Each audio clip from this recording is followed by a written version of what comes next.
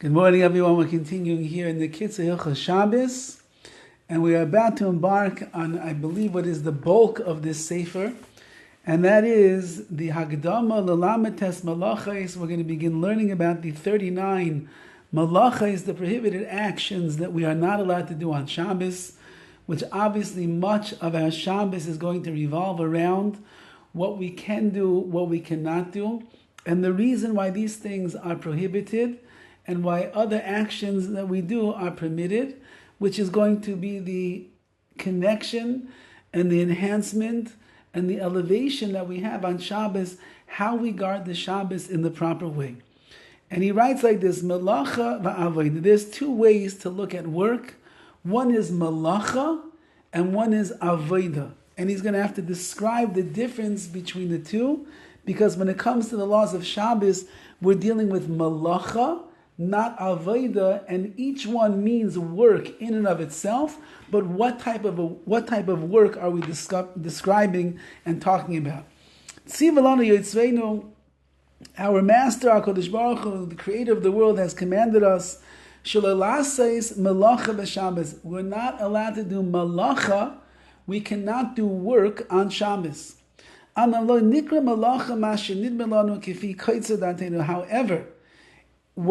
what we think is called Melacha is called work. It's not what HaKadosh Baruch Hu meant. It's only our short, slight-mindedness that we have that makes us think opposite. If a person would move furniture around his house all day long on Shabbos, pater, he is exempt, he did nothing wrong. Even if a person wanted to carry heavy furniture, heavy things up and down his stairs all day long on Shabbos, v'gam kol hayom, all day, no problem, he's pater, he's exempt from there. However, a person carries a needle. It's a pretty small thing. Remember, we just said you can move the couch and heavy chairs around all day long on Shabbos, even up and down the stairs, no problem. You're pater, you're exempt. But if a person carries a mechet, they carry a needle, a little tiny needle, even if it is sticking in his clothing, if he's a tailor, and that's how he normally walks around, with a needle poked into his lapel of his shirt over there, or his jacket. That's how he carries things normally. And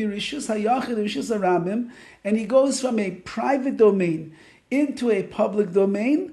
Chayiv, for that, he has just transgressed a prohibition on Shabbos. How could that be? So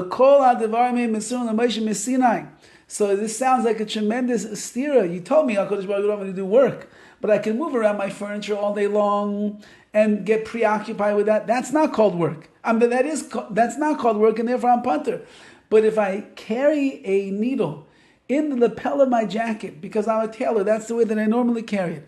Or you're not a tailor, you carry it in your hand, and it's no skin off your back, as they say. It's no sweat. It's a small little thing. I'm not even doing anything. That's usher. What exactly we can do, we can't do? And all of these malachas that we're not allowed to do, they were given over to Moshe Har Sinai.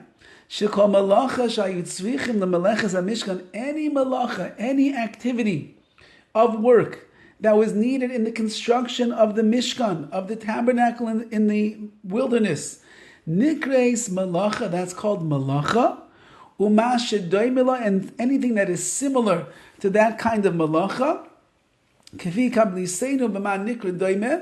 and that is going to be a problem, says the KITZUR HILCHOS SHABBOS. Anything that is a Melacha that was done in the construction and the performance and the carrying and the constructing and the taking down of the Mishkan, as we are going to see, or the building of the Mishkan, or the making of all of the parts that were in the Mishkan in the tabernacle, that is called Melacha, and that is what a person is not allowed to do on Shabbos.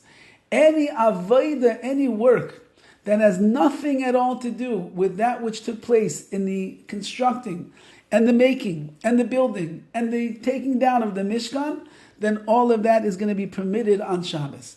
And this, of course, we're going to have to see more in detail, which is coming up, as Hashem, next week, how the melachas work, why there's something inherently problematic in doing that particular malacha, that work, that action on Shabbos. And once we understand the Isser, why Malach itself is a problem, it will allow us to understand why it's so important to learn the 39 Malach as well, so that we can enhance our Shabbos and keep Shabbos the way that HaKadosh Baruch Hu wants us to. Have a wonderful Shabbos.